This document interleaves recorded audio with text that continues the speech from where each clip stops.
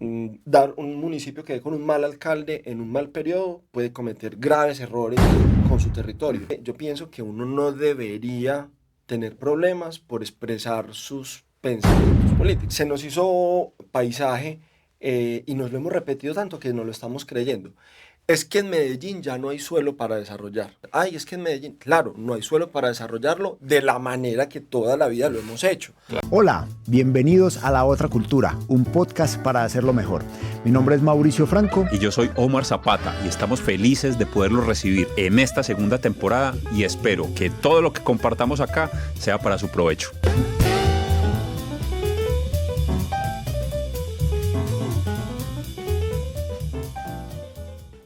Hola, muy buenos días de nuevo, buenas tardes, buenas noches, de acuerdo a la hora en la que nos estés viendo y estés conectado con La Otra Cultura, un podcast para hacerlo mejor.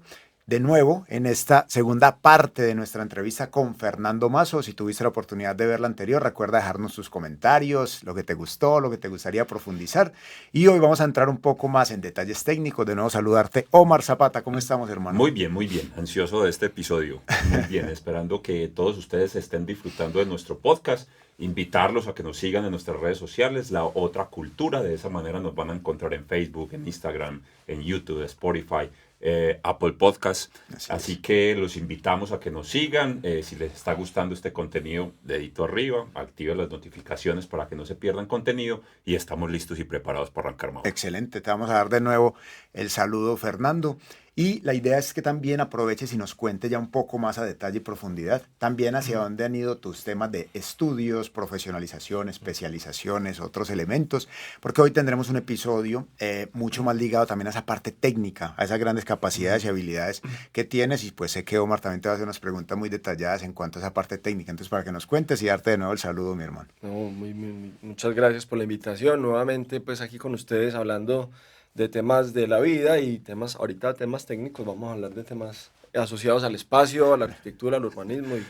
Y ahora, según lo que planteas, Mauro, lo que les quería contar es, a mí desde niño me enseñaron que, o digamos, era una frase común escuchar que la educación era una vía para salir adelante, ¿cierto? Entonces, en esa línea, pues como que siempre me interesé por estudiar, ¿cierto? No necesariamente estudié siempre lo que quise, pero sí estudié lo que me hizo sentido en ese momento de la vida, ¿cierto? Entonces, salí del colegio, estudié, yo me iba a presentar, en nuestro colegio teníamos Mauro y yo pues somos del mismo colegio y teníamos era un colegio técnico donde nos dan unos enfoques, unas vocaciones. Desde el grado noveno empezamos unas vocaciones. Mi padre trabajó siempre en empresas públicas de Medellín y en el área eléctrica. Entonces, claro, mi vocación de colegio fue la electricidad y la electrónica. Claro. Pero hubo una situación de mi infancia que a mí no me dejaba como vivir, y es que mi padre tumbó la casa que compró para construir una casa nueva cuando yo tenía como 7, 8 años. Y a mí esa situación de haber pasado en 3 meses de una casa que era de un piso a estar 3 meses en un apartamentico todos apiñados, donde estaba la nevera, al lado del closet, todo apiñado, y después otra vez a una casa nueva de 2 pisos, sí. A mí como esa experiencia de infancia me marcó mucho. Y años después, cuando llegó el momento de presentarme a la universidad, mi papá juraba que yo me iba a presentar a la ingeniería eléctrica, y yo llené, y dije, arquitectura, y algo me dijo que tenía, pues que debía ser arquitecto, y me presenté a arquitectura.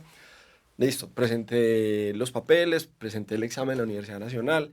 Cuando me salió pues en el reporte que había salido, uno lo revisaba en el periódico. Las personas que pasaron, y aparecía el numerito ahí. Y entonces le dije, papá, pasé a la universidad. ¡Ah, qué tan bueno, hombre! Y entonces, ¿te vas a ir por ingeniería eléctrica o electrónica? Y yo, no, arquitectura. Ninguna de las anteriores. Digo, arquitectura, este man, ¿qué le pasó? ¿De dónde salió? ¿De dónde salió? ¿Quién lo crió? Tal vez él no se acuerda, pero yo me acuerdo mucho. Me dijo, ¿y nosotros cómo vamos a pagar eso? O sea, porque la arquitectura era digamos, una profesión de élite en esa época. Ahora ya no es tanto, o sea, digamos, democratizado mucho, hay una oferta grande, pero terminando los 80, empezando los 90, pues la arquitectura era... Hay que tener mucho juguete, mucha herramienta, había que tener un recurso importante para la elaboración de maquetas. Se asumía que solamente ciertos familias podían pues, ser arquitectos, y no, y al contrario, aprendí a hacer maquetas con reciclaje, como todos en la Nacional. Me empecé a dar cuenta que todos en la Nacional teníamos dificultades económicas y todos nos rebuscábamos la forma. Obviamente habían quien llegaba con su maqueta en acrílico espectacular, claro, y los demás con cartón reciclado, pero encontramos una forma de sacar adelante los proyectos con lo que teníamos, y de aprender a hacer las maquetas desarmables para montarse en un bus de vello, para poder pegar el timbre literal, llevar sus cosas. Entonces, hace parte de la recursividad. Entonces, para retomar pues tu pregunta, Mauro, terminé la universidad, luego arranqué la vida laboral. En medio de la vida laboral, estando en Barbosa como subsecretario de Infraestructura y Servicios Públicos Domiciliarios, me apareció la posibilidad de hacer una especialización en un convenio que se hizo con el área metropolitana para construcción sostenible. Entonces, el Colegio Mayor de Antioquia nos abrió esa posibilidad a funcionarios de todos los municipios del Valle de Aburrá. Yo me metí, hice mi especialización, quedé picado porque un profesor maravilloso que tenía el Colegio Mayor, que era Mauricio Bedoya, me enamoró del tema del hábitat, de la construcción sostenible, y me dijo: lo más parecido que hay en maestrías es la maestría en hábitat de la Universidad Nacional. Me presenté, pasé, estudié casi pues hasta el punto de la tesis. No pude entregar la tesis, no me pude graduar, pero todo el aprendizaje de la maestría de la Escuela del Hábitat lo tengo pues como en mi ADN profesional. Y luego hice gerencia de proyectos en la Escuela de Ingeniería de Antioquia, y cuanto curso hay me lo hago. Entonces, todo lo que sea ese cursito online. Yo hago cursos de todo. Bueno, en el episodio pasado, digamos que se me quedó una pregunta ahí guardadita que tiene que ver con los planes de ordenamiento territorial, ¿cierto? Sí. Muchas veces cada cierto periodo, ya nos vas a contar más o menos cada cuánto los municipios lo actualizan, escuchamos esa palabra de planes de ordenamiento territorial. Sí. ¿Qué es eso? El plan de ordenamiento territorial es una herramienta de gestión del territorio. A ver, nosotros somos hijos de la Constitución del 91 en términos normativos, ¿cierto? Nace como parte de esas revisiones de lo que es la estructura social colombiana. Entonces el territorio aparece, ¿cierto? Como lo dábamos por sentado, ¿cierto? Hasta antes del año 91 el territorio estaba ahí. No, o sea, nadie no se determinaba en términos... Se usaba. Se usaba, pero no existía como ente legal, digamos, ¿cierto? O sea, usted tenía finca y ya, usted hacía una escritura y ya. A partir del año 91, apertura económica, constitución, etcétera, etcétera, se plantea la necesidad de analizar el territorio como un ente que se debe gestionar, ¿cierto? Y a partir de ahí empiezan una serie de normas que empiezan a reglamentar la administración del suelo y del territorio.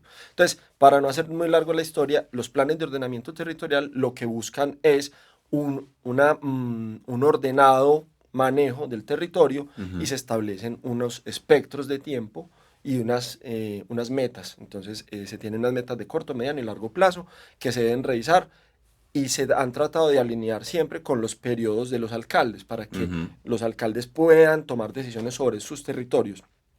Porque el plan de ordenamiento territorial hace parte de la circunscripción municipal o de la autonomía municipal. Okay. Eso es un tema delicado porque hay entidades supraterritoriales que de alguna manera afectan, alteran el orden territorial. Es decir, dar un municipio que dé con un mal alcalde en un mal periodo puede cometer graves errores con su territorio, pero al fin y al cabo termina siendo ese alcalde con sus ciudadanos quienes lo pusieron ahí y quienes le validaron a un consejo municipal, porque tiene que ser por un acuerdo municipal, esas decisiones sobre el territorio.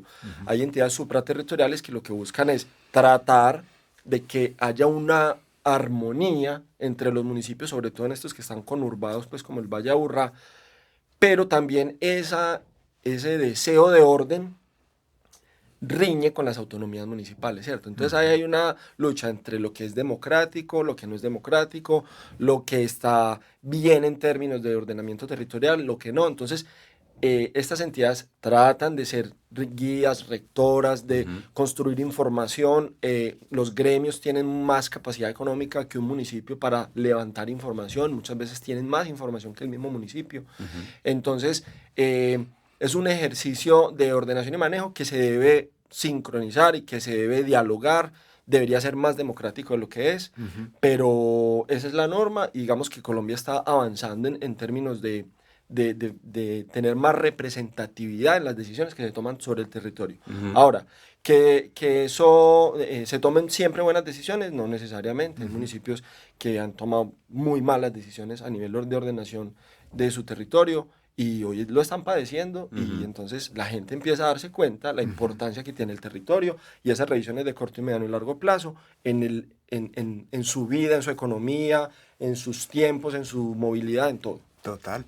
Hay un elemento ahí que empiezas a tocar que tiene tanto que ver con el ADN de nuestra comunicación y el enfoque de este podcast, y es que muchas veces esa mala decisión que simplemente se vio como un beneficio particular, llámese personal o de algún grupo privado, puede generar ese tipo de impactos. Lo vemos con mucha facilidad. Cada que un vehículo en las calles pasa un semáforo, no está obteniendo un beneficio específico, no está llegando 3 segundos o 2 minutos más rápido, sino que también tiene un colateral de mala energía, de que empieza a generar molestias en los otros, que puede ocasionar un incidente. Y en ese ejemplo, con lo que estás tocando, decisiones inclusive mal gestionadas o con beneficios particulares en temas de territorio, de desarrollo urbano, de creación de inmuebles y moles comerciales, cualquier producto, pues puede empezar a generar unos impactos. Me gustaría tocar ahí, Fernando, contigo, que también sé que eso es muy despierto y muy atento, incluso a temas políticos, sin necesidad de que entremos pues a sesgar situaciones, pero desde tu dimensión, experiencia, lo que has vivido desde lo público, desde lo privado, ¿qué elementos realmente vos decís, venga, esto se debe cuidar, esto no debe ser vulnerado, este tipo de situaciones tiene que estar no solamente los entes de control, sino también los ciudadanos y los ejecutores protegiéndolo para que las cosas se desarrollen y se den de forma juiciosa? Sí, eso que estás diciendo, Mauro, es muy interesante. Ve. No, yo lo dije ahorita, somos esta generación, digamos, los que estamos cuarentones, casi cincuentones, somos hijos de la Constitución del 91. Yo recuerdo que cuando yo estaba en el colegio nos hicieron aprender, no sé si te acordás, nos hacían llevar la Constitución cuando la estaban estudiando. O sea, todavía no la habían aprobado, digamos, estaba en estudio y nos hacían aprender los artículos, leer los 300 y pico de artículos que tenía, analizarlos. Y entonces, en ese orden de ideas, yo hice como mucho feeling con el tema de la democracia, ¿cierto? Para mí la democracia es la representación, aunque no se ha materializado totalmente, pero es la representación del deber ser del ser humano en la tierra en términos de colectividad, ¿cierto? Ideológicamente es el gobierno de todos. Ahora, eso en la práctica tiene muchísimas variaciones. Políticamente, yo pienso que uno no debería tener problemas por expresar sus pensamientos políticos. O sea, no soy dado a cuestionar a una persona porque tenga cierta posición política, pero sí me parece que en Colombia nos falta entender la responsabilidad individual de cada ciudadano con sus votos, ¿cierto? Con el voto. El voto no es solamente para que pongan a un alcalde o a un presidente. El voto implica el futuro de tus hijos, el futuro de tus nietos, el futuro de tu empresa, ¿cierto? Entonces, en Colombia el voto es algo muy banal todavía, ¿cierto? Sí, total.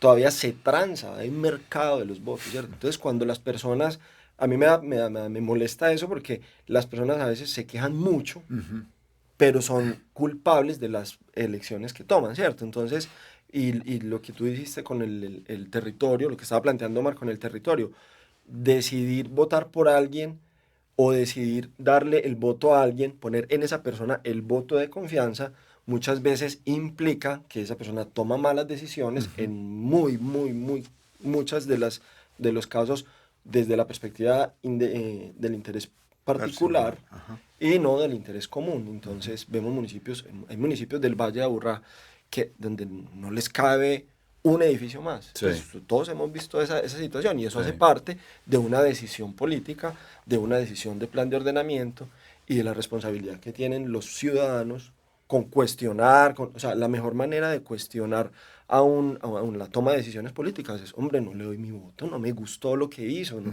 se lo niego, pero aquí somos como heredados, o sea, heredamos las visiones políticas sin ponerlas en cuestión. Entonces, independiente de la que sea, ponga en cuestión las decisiones de sus políticos y decida si va a votar por ellos otra vez o si busca alternativas. Entonces, se heredan, son herencias. Fernando, hablemos de Medellín como tal. Hoy Medellín está en los ojos del mundo, eso ya no es noticia para nadie. ¿Cómo has visto el desarrollo de la ciudad desde tu perspectiva, desde tu conocimiento? ¿Cómo has visto el desarrollo de la ciudad y para dónde crees que va? ¿Qué más le está haciendo falta a Medellín? Pues a ver, Medellín, hay que hablar de dos cosas. Una cosa es la ciudad y otra cosa es la arquitectura de la ciudad, ¿cierto? Esa fue una lección que me dio un maestro que yo tuve muy valioso que se llamaba Carlos Mesa González. Carlos Mesa González, cuando yo estaba formulando la tesis de pregrado, yo estaba hablando de la ciudad en mi formulación y la leyó las primeras 3 líneas y me dijo, un momentico, ¿usted está hablando de la ciudad o de la arquitectura de la ciudad? Porque la ciudad está en un avión a 10.000 pies de altura, allá hay ciudad. Entonces me tocó volver a hacer formular la tesis, pero me dio a entender algo muy importante, es que una cosa es la ciudad, otra cosa es la arquitectura de la ciudad.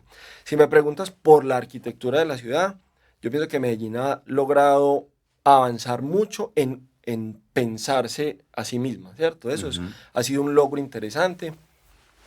Se ha logrado desenredar proyectos de los que yo vengo escuchando desde que empecé a estudiar en el 97, como Parques del Río, pues un proyecto que desde que yo estoy metido en la arquitectura vengo escuchando qué es la necesidad de conectar el norte con el sur, de generar una plataforma de interacciones, que el río no sea una brecha, etcétera, etcétera. Y logramos que se hiciera, o logramos, digo, como sociedad, que se construyera algo como Parques del Río, que me parece que le aporta a la ciudad y empieza a marcar un derrotero de lo que debería ser en la ciudad, ¿cierto? Una ciudad que se piensa a sí mismo y que se cuestiona. Ahora, eso en términos de arquitectura de la ciudad. En términos de ciudad, me parece que todavía la ciudad de Medellín tiene un reto gigantesco que se espacializa, o sea, tiene una problemática espacializada, que es una problemática de segregación social. Eso no es una novedad, de eso se ha hablado mucho, pero tenemos segregados los espacios. Es decir, en el hábitat urbano de Medellín, en la arquitectura de la ciudad, no está representada toda la ciudad. Hay personas que no tienen acceso a ciertas zonas de la ciudad simplemente por un tema socioeconómico. Las sociedades más equilibradas y más equilibradas en términos sociales son las que más se mezclan. Pero nuestra sociedad antioqueña y nuestra ciudad antioqueña o paisa, o nuestras ciudades paisas, tienden a ser segregadas. Entonces, ese problema pendular que tenemos 2 veces al día, todos los días, las personas de ingresos más bajos, donde yo viví en el norte del Valle de Aburrá, trabajan al sur, y entonces ese movimiento pendular que nos colapsa las vías y que nos trae una cantidad de problemas, tiene un poco que ver con eso, con que todavía hay una segregación importante y muy silenciosa, yo pienso que aceptada, ¿cierto? Como que ya aceptamos que es así, y entonces es difícil ver proyectos de inversión poderosos en el norte del Valle de Aburrá, por ejemplo. O sea, todo está como de San Juan para allá, ¿cierto? Como del centro para el sur. Sí, exacto, como que tenemos una ciudad allá y la otra allá, y la miramos como por encimita del hombro. Y resulta que mucha de la economía se mueve allá, ¿cierto? Tenemos millones de personas, yo pienso que más de 1,5 millones de personas o 2 millones viviendo en esa zona. Allá es donde está la economía, es donde está la vida, donde está la gente que pone a funcionar esta ciudad. Total. Hay un tema con la parte urbanística y con lo que tiene que ver con el desarrollo inmobiliario, que es un transformador económico, y que hay zonas, y yo sé que lo has vivido, donde quizás antes no estaba ese centro comercial, y después ese centro comercial se vuelve un foco de desarrollo, un foco financiero, un foco económico, de cultura y demás. Muchos desarrollos que también los entiendo, los jalonan los planes parciales y algunos otros elementos jurídicos, van creando ese desarrollo. Tuve la oportunidad de estar hace unos días en un evento en el suroeste antioqueño, y digamos que nuestra región en Antioquia se entiende como regiones o subregiones, casi que como pisos también también ligados un poquito como a lo que sea en el Valle San Nicolás, la ciudad de Medellín, área metropolitana, lo que pasa también en Occidente y la zona un poco más cálida. Y hay una forma como de categorizar y hay unos estatus que se van generando con el propio desarrollo económico y con la forma en la que la norma se ejecuta. ¿Cuál es tu visual ahí, Fernando? ¿Cuál es tu filosofía alrededor de este tipo de cosas? ¿Es un deber ser posicionar bien unos lugares, hacerlos más costosos, generarles valor, dejar otra parte de la población para otro tipo de vivienda en otras condiciones económicas? Así un poco más holística y ampliamente, ¿vos cómo ves esa conjunción de los territorios? Bueno, hay un tema y es que habíamos hablado ahorita en el podcast pasado, habíamos hablado de Milton Santos y del tema de los significados, ¿cierto? Los, los sistemas de objetos, los sistemas de acciones y los sistemas de significados. En nuestro Valle de Aburrá, los significados son muy importantes, ¿cierto? O sea, ¿qué representan los lugares? Entonces, si tú le preguntas a una persona que toda la vida ha vivido en Envigado, El Poblado, Laureles, tú le preguntas por un barrio Manrique, ¿cierto? Esa persona tiene un preconcepto sobre ese significado, sobre ese lugar, o sea, ya tiene un sistema de ideas alrededor de ese lugar. Así nunca lo haya visitado. Y nos pasa constantemente eso, es un prejuicio y es una idea preconstruida. Entonces, cuando uno ve que hay una inversión, una intervención o un proyecto público que impacta una zona como esa, y lo vimos cuando se hizo el Metrocable, entonces, claro, las personas empiezan a romper el preconcepto o ese significado que habían construido, porque cuando se montaban en el Metrocable decían, ay, mira, pero, o sea, estos barrios tienen su belleza también. También sucedió, pues ahorita cuando hicieron las escalas, esas intervenciones urbanas de las escaleras de la Comuna 13, o sea, no necesariamente son los proyectos que yo considero que deberían haberse hecho, pero por lo menos son un inicio de visualizar a un gran porcentaje de nuestro territorio que hace falta tener visibilidad y que demuestra que tiene una potencialidad viva. Son barrios vivos donde se está moviendo la gente, donde todo el tiempo hay una dinámica y de alguna manera esas intervenciones ayudan a que otras intervenciones privadas se desarrollen. Ahora, me parece que sigue siendo muy tímida la intervención privada, digamos, privada de los privados en el sentido más grande, no privada del que desarrolla un restaurantico, el que desarrolla un puesto de comida, no esa, sino la grande.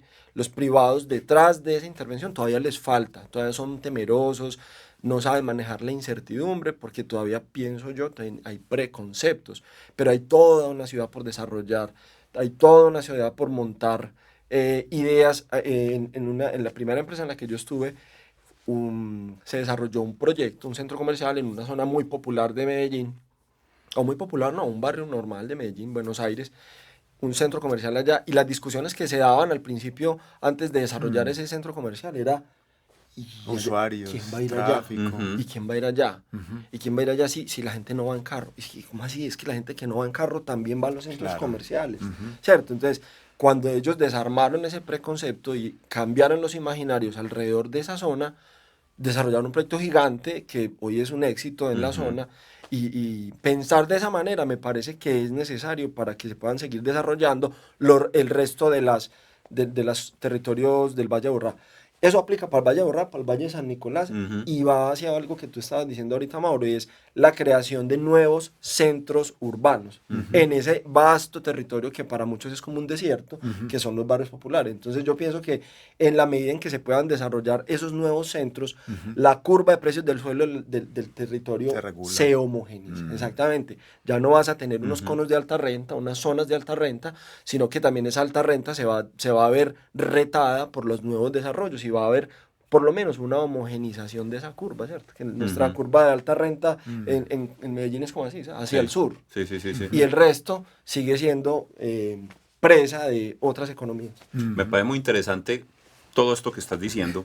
Precisamente nosotros estamos grabando en un sector que se llama el Perpetuo Socorro. Es un sector que históricamente ha sido empresas, bodegas, talleres, etcétera. Vida nocturna también, había una vida nocturna. Sí, y este sector del Perpetuo Socorro, no conozco a profundidad el plan que se tiene con el Perpetuo Socorro, pero sí comienza uno a notar que empiezan a cambiarle una cara a todo el sector, ¿cierto? Sí. Porque quieren que este sector del perpetuo socorro sea un sector ya más cultural, sea un sector más visitado, sobre todo que estamos en el medio de la ciudad, ¿cierto? ¿Qué pensás vos de este desarrollo que se está pensando en el perpetuo socorro y de otras ideas que hay en sectores como Manrique, que se pretende también que sea otro sector como la Comuna 13, que la mencionabas ahorita, y que ya empieza uno a ver también algunos desarrollos y algunos restaurantes en esa zona, el mismo centro de la ciudad, Sí. los alrededores del Museo de Antioquia? Hay unos empresarios de restaurantes que trabajan en Provenza que están empezando a llevar sus restaurantes a esa zona para, entre comillas, recuperarla y volverla a entregar. ¿Qué piensas tú de todo este desarrollo que se está como idealizando? Excelente ese cuestionamiento que planteas, Omar, por dos cosas. Uno, es porque pienso que, a ver, no, se nos hizo paisaje y nos lo hemos repetido tanto que nos lo estamos creyendo. Es que en Medellín ya no hay suelo para desarrollar. Ay, es que en Medellín ya no hay suelo para desarrollar. Ay, es que en Medellín, claro, no hay suelo para desarrollarlo de la manera que toda la vida lo hemos hecho. Claro. Pero hay una cantidad de suelo en stock supremamente bien abastecido que está mal utilizado. Está mal utilizado porque está en parqueadero, porque hay una bodega que ya no se usa, o porque hay miles y cientos de miles de terrazas en el Valle de Aburrá que no se están utilizando, que es un suelo que valió plata construirlo, que nadie lo está utilizando porque lo mismo, los sistemas de imaginarios nos hacen ver como que yo por allá no voy, ¿cierto? Hay inversionistas arriesgados. Aquí en el Perpetuo Socorro hay gente bien interesante, el caso pues de Matelsa, Así es. gente que ve más allá y que entiende que en Medellín, contrario a lo que pasa en las demás ciudades, el suelo para desarrollar está para adentro, es Así para es. adentro. Entonces no es que no haya suelo, es que no hemos desarrollado como arquitectos, constructores y como gremio las capacidades suficientes para entender que tenemos miles de metros cuadrados disponibles que necesitan otras habilidades para ser desarrollados.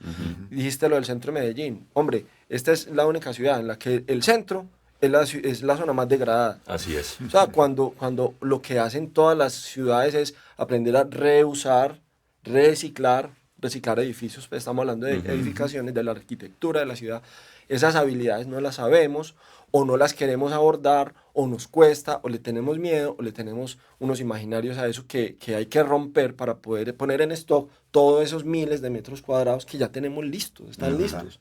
Yo digamos que yo soy de esa generación que todavía le tocó el centro bonito, el centro, edificios bonitos, había abogados que entraban a sus oficinas, y había como una, medio romantizado un poco, también nos tocó ver la degradación del centro, también hemos venido como en el centro también puntualmente, se vienen haciendo algunas cositas, pero yo digo, ¿dónde está o sea, necesitamos ese un liderazgo para que esas iniciativas no sean como unos punticos, como nudos aislados. nudos aislados, sino que hagan parte de una red decidida, estructurada, financiada, en la que el Estado tome el liderazgo de decir, vamos a recuperar el centro de Medellín, pero de verdad, y ese día yo le digo, pues, o sea, Medellín tiene futuro todo el posible. Total. Se ha venido, Omar lo resalta mucho, se ha venido construyendo un Medellín de imaginario turístico, de estar, y lo transversal cuando uno habla con muchas personas de afuera, es la gente, es la empatía, es la cercanía, obviamente el clima, bueno, hay un montón de elementos allí, y me gustaría llevarlo a ese tema de reflexión, Fernando, me imagino que hay muchos comentarios, de hecho agradecemos también a las personas que nos ven y que lo puedan inclusive enviar y recomendar con otros amigos, arquitectos, profesionales, inclusive para sus puntos de vista, porque a la final uno encuentra como su forma de comunicarlo y donde uno cree, y sé que hay muchas personas que son cautas de que haya más desarrollo, de que haya más densidad, de que haya más volumen, de que no hay vías, de que no hay infraestructura, de que no hay parqueaderos, de que haya más desarrollo inmobiliario. Incluso el tema que pasa, por ejemplo, con el aeropuerto interno de la ciudad de Medellín, que restringe alturas y potencialidades con sus riesgos, como el día de ayer o antier, que ocurre también una avioneta que en una zona de aterrizaje pues tiene esas dificultades. ¿Vos lo ves más en perspectiva de una ciudad que se consolida más, se densifica más, o es un tema de liberar esas cargas al interior y a lo que se entiende como Medellín y seguir desarrollando las afueras y otros municipios? Esa pregunta está muy buena, Mauro. O sea, cuando tú hablas de desarrollo, Entonces también, bueno, ¿qué es desarrollo, cierto? Hay escalas del desarrollo, hay unas visiones, hay unas nociones alrededor del desarrollo, desde la perspectiva de hábitat, hay unas nociones ahí filosóficas de lo que es desarrollo. Amartya Sen dice que el desarrollo es formar las capacidades de los seres humanos. Bueno, estamos hablando del desarrollo como el desarrollo de infraestructuras, más o menos, ¿cierto? O de la arquitectura de la ciudad, que era como lo estábamos planteando ahorita. En ese orden de ideas, lo primero que debería tener Medellín es un censo de calidad, ¿cierto? O sea, sabemos y manejamos muy bien los censos cuantitativos de vivienda. Manejamos más o menos los metros cuadrados construidos, cuántos apartamentos, cuántas unidades residenciales, etcétera, etcétera. Pero ¿y la dimensión cualitativa de eso qué? ¿Cierto? Eso por un lado. Lo otro, estamos muy en la filosofía o en la noción de que el desarrollo es el número de metros cuadrados, pero no estamos viendo aspectos de mejor, o sea, no más, sino mejor. O sea, cómo ocupamos mejor el territorio que ya tenemos, ¿cierto? Entonces, uno pudiera coger en un plano de Medellín, manzana por manzana, y empezar a decir, vean, aquí, en lugar de tener este uso, podemos tener una mezcla densa, porque hoy en día lo que se busca es que las ciudades sean complejas en el sentido positivo de la palabra, o sea, ciudades donde tú puedas encontrar en una manzana tantos usos como te sean posibles, desde que sean compatibles. Ciudades de 15 minutos. Ciudades de 15 minutos, eso digamos que ya lo están haciendo en el mundo hace rato, van lejos, nosotros apenas estamos empezando a abrir el diálogo y la discusión frente a eso. Me preocupa que no haya una discusión pública frente a eso. Me preocupa que todavía sea un tema de gremios, un tema de privados, ¿cierto? Solamente en ese entorno es que se está hablando y dejamos cooptar el discurso público de otras cosas que si bien son importantes, pues no son las más importantes. Este sería un discurso interesante, una discusión interesante, pública, en televisión, que se diera y que haya personas investigadores, las escuelas del hábitat, las escuelas de las universidades, EAFIT lo ha hecho muy bien, Urban lo ha hecho muy bien. Hombre, hagamos de eso un programa de televisión y hablemos de la ciudad, pongamos los temas sobre la mesa. A la gente no le interesa es porque no están, ¿cierto? Pero tú empiezas a plantear una serie de conferencias, de charlas y demás, que también las hacen, pero no como un tema sistemático, completo, en el que se pueda también discernir, ¿cierto? Opinar, somos muy miedosos al que piensa de otra manera. Es como, anulémoslo. O sea, no, déjame trabajar, anda con tu discurso. Así ha funcionado siempre. Así ha funcionado Dejémoslo siempre. quieto. Y así ya ha salido bien, ¿cierto? Pero de pronto esa forma de ver puede ser mejor. Listo, entonces somos muy malos para eso, pero digamos que son de esas cuestiones que deberíamos estar hablando. Cómo ocupar mejor nuestro territorio, no cómo ocupar más territorio. Y esa es como una filosofía de trabajo que debería tener el entorno público de aquí para adelante, para que no tenemos que estar externalizando nuestras cargas hacia otros territorios. Y te lo digo, hay un tema, por ejemplo, delicado. Medellín es absolutamente dependiente a nivel de agua de otros territorios. O sea, nuestra agua llega de Río Grande, llega de la Fe, y esas son otras cuencas. O sea, no es la cuenca del río Aburrá, son las cuencas del Río Grande, la cuenca del río Nus. O sea, entonces estamos externalizando nuestro crecimiento, descargándole esas cargas a otros territorios. Bueno, ¿cómo somos capaces de hacer un cultivo de agua, lluvias aquí en Medellín y dejar la dependencia de otras cuencas? Excelente. Pues desde esa perspectiva nos entendemos que la temática y las posibilidades pueden ser muchas más, que podemos ganar un montón de tiempo y de fondo, pero obviamente también siendo respetuosos con el formato. Me gustaría también recogerlo después, digamos, de estos 2 episodios de cara a la experiencia de Fernando y a lo que nos ha querido compartir. ¿En qué palabras, en qué elementos vos lo sintetizás? Y nos vamos con Omar aquí para que tengamos un cierre.